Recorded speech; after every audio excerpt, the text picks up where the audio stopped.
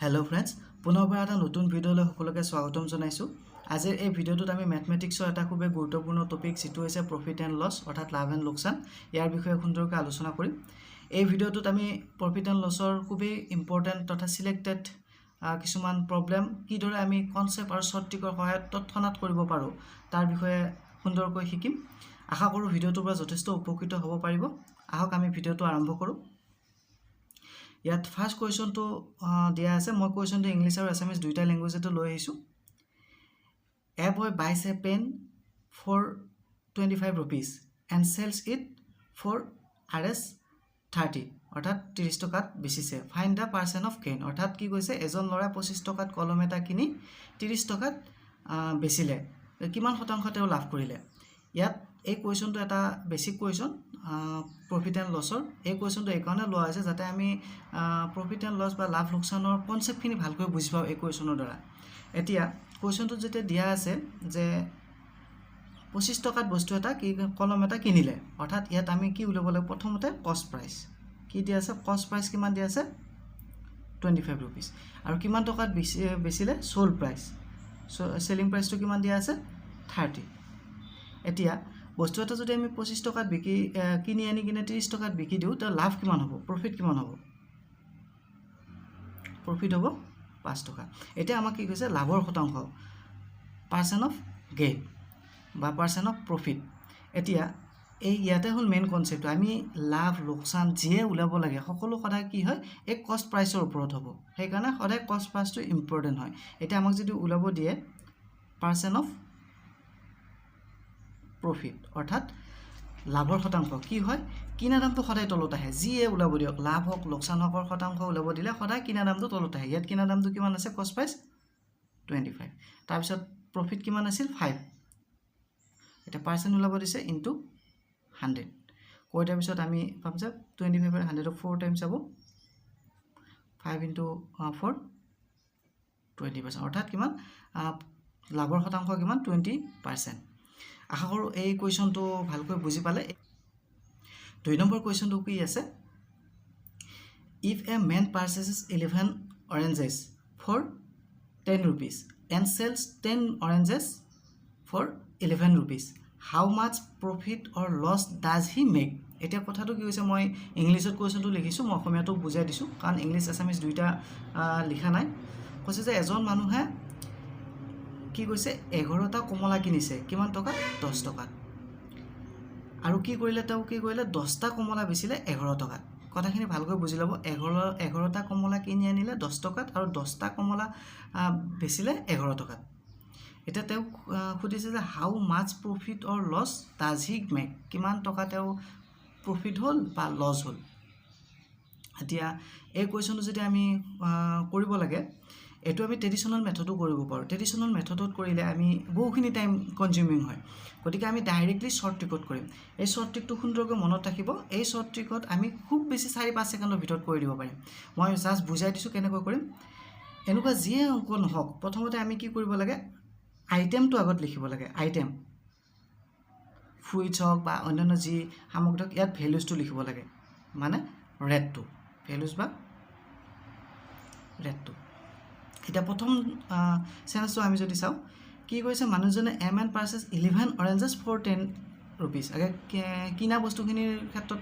আগে কামখিনি কৰিব লাগে কিমানটা বস্তু কিনিছে 11টা গতিকে আইটেমটো ফাৰ্স্ট কিমান টকাত ৰুপিসটো ইয়াত 10 তাৰ পিছত চাও নেক্সট সেলস কিমান কৰিছে 10 oranges এটা আৰ্টিকলটো সদায় ইয়াত আইটেমটো কিমান টকাত 11 টকা এড কিনিছে ইয়াৰ পিছত কি কৰিব একদম সহজ ইয়াৰ পিছত এইটো ইনটু কৰক 11 ইনটু 11 মাইনাস এই দুটা ইনটু বাই এই সেকেন্ড টাইমত যেটো কৰে হেতু তলত পাতি দিলে হল 10 ইনটু 10 এটা আমাক পার্সেন্ট উলাব লাগে পার্সেন্ট উলাবৰ কাৰণে সদায় 100 ইনটু কৰি দিলে 100 এ 100 কটা যাব 121 ৰ পৰা 100 গলে 21% এতিয়া সব 21% আমি পালো 21% লাভ হল নে লোকসান হল এতিয়া চাব এইটো ক্ষেত্ৰত একো মাথা মাৰিব নালাগে যেতিয়া এনেকৈ কৰি সলিউশনটো একদম লাষ্টৰ ৰিজাল্ট ওলাব চাব চিনটো কি ওলাইছে যদি প্লাস চিন ওলাইছে লাভ হৈছে আৰু যদি মাইনাস চিন ওলাইছে লছ হৈছে এতিয়া আমি দেখা পালো যে ইয়াত প্লাস চিন ওলাইছে মানে ইয়াত মাইনাস ওলোৱা নাই মানে 21% কি হ'ল প্ৰফিট আশা কৰো এই কোৱেশ্চনটো ভালকৈ বুজি পাইছে 3 নম্বৰ কোৱেশ্চনটোত লিখা আছে if a man purchases 12 mangoes for 10 rupees and sells 10 mangoes for 12 rupees find the percent of profit or loss এটা সেম আগৰ দৰে হয় আমি আগৰ কনসেপ্টত ডাইৰেক্ট কৰি যাম এতিয়া আমি ইমান এক্সপ্লেইন কৰি নাথাকো যেহেতু আমি 2 নম্বৰ কোৱেশ্চনটোত সুন্দৰকৈ কনসেপ্টটো বুজি পাইছো বা ট্ৰিকটো বুজি পাইছো আমি ডাইৰেক্ট এপ্লাই কৰিম এটা ফাৰ্স্ট এতিয়া কষ্ট প্ৰাইসৰ ক্ষেত্ৰত বা কিনাৰ ক্ষেত্ৰত আমি প্ৰসেসটো স্টাৰ্ট কৰি দিও কি কৈছে আইটেমটো সদায় আমি ফাৰ্স্টত লিখিব লাগে 12 ম্যাঙ্গোস কিনিছে 12 তাৰ পিছত কিমান টকাত এইফালে ৰুপিসটো সেকেন্ড টাইমত কি দিছে 10 ম্যাঙ্গোস এটা আহিব 10 কিমান টকাত 12 নেক্সট কি কৰিব লাগে এই দুটা ইনটু কৰিলে কিমান হ'ব 12 * 12 144 মাইনাস 10 * 10 100 আৰু তলত কি কৰিব লাগে সেকেন্ডটো জিবাটো তলটো 100 হেটো পাতি দিব লাগে পাৰ্সেন্ট ওলাবৰ কাৰণে ইনটু 100 গতিকে এই 100 কটা গল কটা 144 পৰা 100 গলে কিমান থাকিব 44 গতিকে 44% যেহেতু প্লাস চিনটো প্লাসত ওলাইছে গতিকে এই 44% কি হ'ব প্ৰফিট হ'ব আশা কৰো এই কোৱেশ্চনটো সুন্দৰকৈ বুজি পাইছে চাওক ইমান সোনকালে এটো আমি কৰিব পাৰো কিন্তু যদি কোৱেশ্চনটো ভালকৈ চাই যদি ভালকৈ বুজি নাপায় আৰু এই ট্ৰিক বিলাক যদি নাজানে তেতিয়া হলে এই বহুতখিনি টাইম কনজিউমিং প্ৰবলেম হয় আহক আমি 6 নম্বৰ কোৱেশ্চনটো চাম 6 নম্বৰ কোৱেশ্চনটোত কি দিয়া আছে by selling 12 books the seller earns profit equal to the selling price of 2 books find the percent of profit এটা কোৱেশ্চন কিটা চাই কিনে নিশ্চয় অনুমান কৰিব পাৰিছে এই কোৱেশ্চন কিটা কিমানখিনি ইম্পৰ্টেন্ট হয় আৰু এক্সাম পইণ্ট অফ ভিউ পৰা এই কোৱেশ্চন কিটা কিমানখিনি দৰকাৰী হয় গতিকে প্ৰতিটো মই চেষ্টা কৰিছো যাতে প্ৰতিটো কোৱেশ্চন এটা বেলেগ বেলেগ টাইপত দিব পাৰো আৰু ইয়াৰ সুবিধা কি হ'ব যেতিয়া এক্সামত এনেকুৱা যিকোনো এটা টাইপৰ কোৱেশ্চন আহিব পাৰে আৰু আমি তৎক্ষণাত কৰিব পাৰিম গতিকে এই কোৱেশ্চনটো যদি আমি চাওঁ কোৱেশ্চন মই বুজাই দিছো বাই সেলিং 12 বুকস যদি 12খন বুক বিকিলে seller earns profit equal to selling price of 2 books 12খন যদি কিতাপ বিকে তেতিয়া কি হয় দুখন কিতাপ বিকাৰ সময়ত তেখেতৰ লাভ হয় এটা খুদিছে তেখেতৰ পাৰ্সেন্ট অফ প্ৰফিট মানে লাভৰ শতাংশটো কিমান এটো এটা একদম সুন্দৰ কোৱেশ্চন আমি ধৰি লৈছো যে ধৰা হল এসপি মানে সেলিং প্ৰাইস অফ 1 বুক এখন কিতাপৰ বিক্ৰী মূল্য আমি সেলিং প্ৰাইস 1 টকা বুলি ধৰি ললো এটা এখনৰ যদি বিক্ৰী মূল্য 1 টকা হয় 12খনৰ কিমান হ'ব 12 টকা এটো আমি সিম্পলি বুজি পালো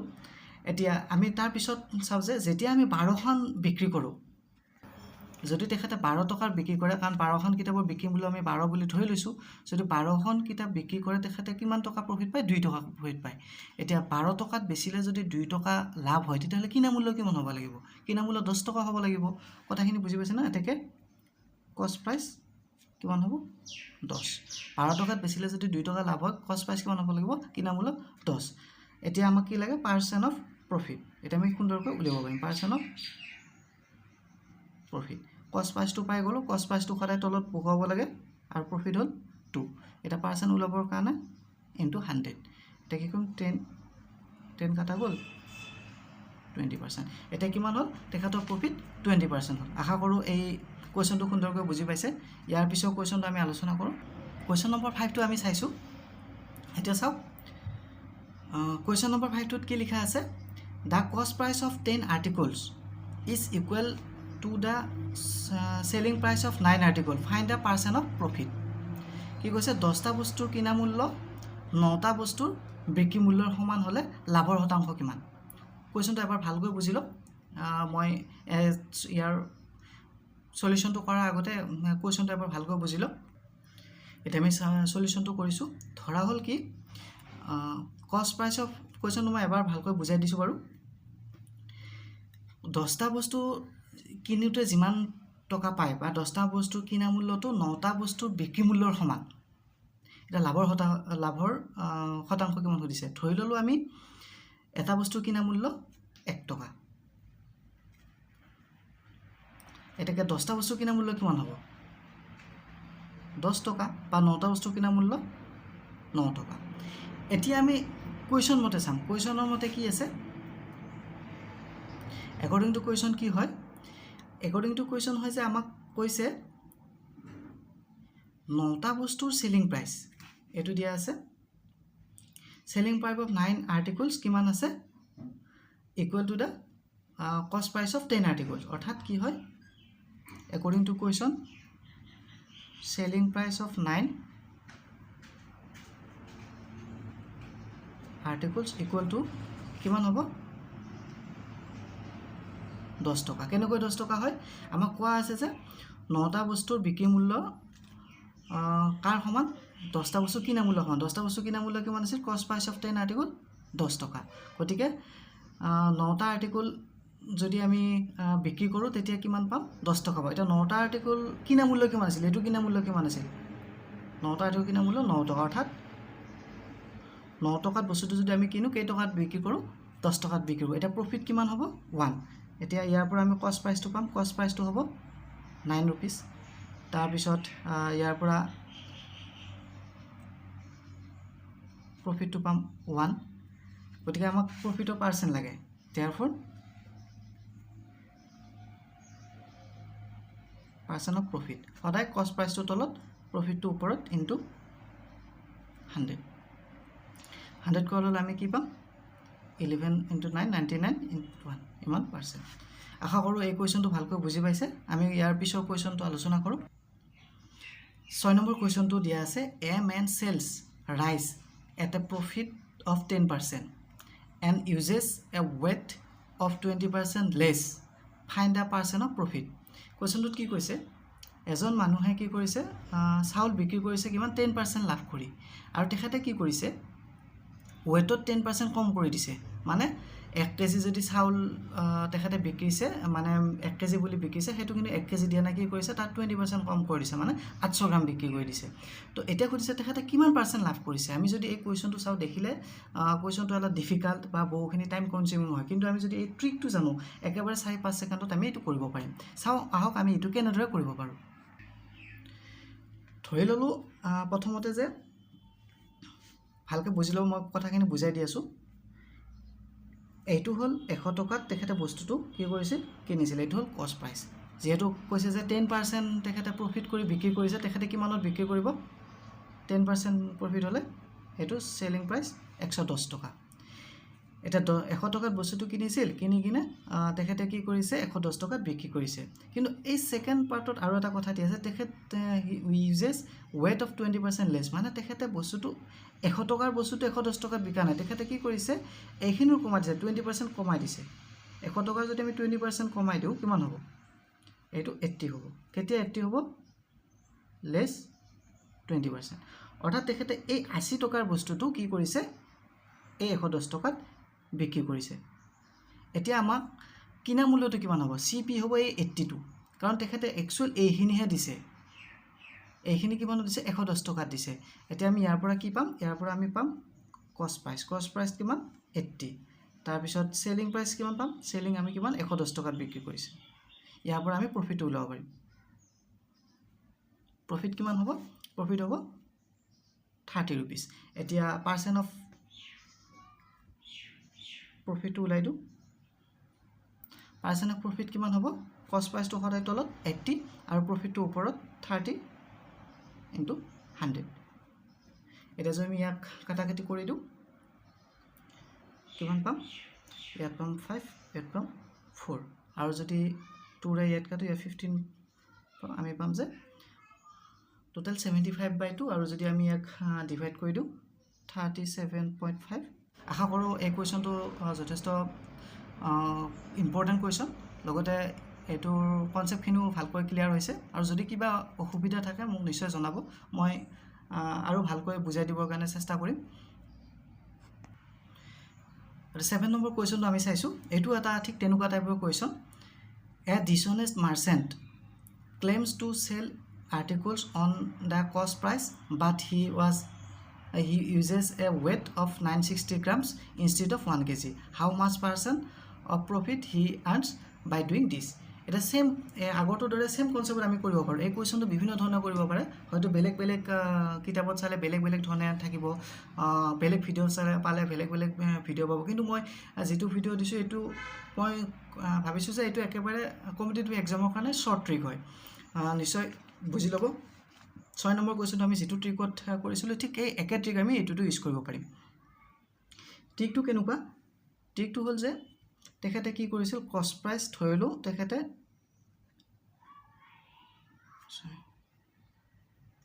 1000 টকা বস্তুটো কিনিছিল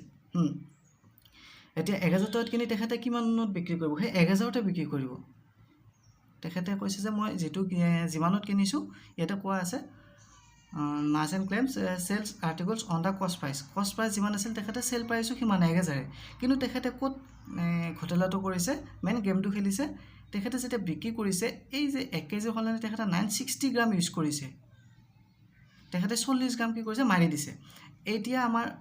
মেন কষ্ট প্ৰাইসটো হ'ব তেখেতে বিক্ৰী কৰিব 1000 টকাত কিন্তু আমি যদি চাও তেখেতে কিমান টকাৰ কিনা মূল্যত 1000 টকা পাব তেখেতে যেহেতু 960 কৰিছে আমি এখিনটি পাম যে একচুয়ালি 960 এইটো হ'ব তেখেতৰ কষ্ট প্ৰাইস কাৰণ এইখিনটিহে তেখেতে এইখিনটি তেখেতে একচুয়ালি বিক্ৰী কৰিছে 1000 টকাত অৰ্থাৎ 960 টকাত যদি তেখেতে বস্তুটো কিনিছিল বিক্ৰী কৰিছে কিমানত 1000 টকাত অৰ্থাৎ তেখেতৰ প্ৰফিট কিমান হৈছে 40 টকা এতিয়া আমি ইয়াৰ পৰা পাই যাম কষ্ট প্ৰাইস 960 প্ৰফিট 40 এতিয়া আমাক কি লাগে পাৰ্সেন্ট লাগে কিমান পাৰ্সেন্ট তেখেতে প্ৰফিট কৰিছে এটাকে পাৰ্সেন্ট অফ প্ৰফিট হদা আমি কষ্ট প্ৰাইসটো তলত লিখো 960 আৰু প্ৰফিটটো ওপৰত লিখিলো আৰু পাৰ্সেন্টৰ কাৰণে ইনটু 100 তাৰ পিছত আমি যদি কাট কুট কৰি দিও এটো হ'ব 4 ৰে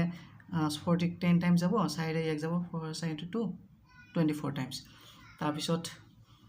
10 into 10 ওপৰত থাকিব 100 আৰু তলত থাকিব 24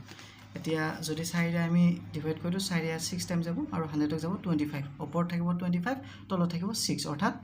4 সমস্ত 6 ভাগৰ 1% এটো হ'ব ইয়াৰ কাৰেক্ট आंसर फ्रेंड्स আজিলৈ ভিডিওটো ইমানখিনি আছিল আশা কৰো আজি যিমানখিনি কোৱেশ্চন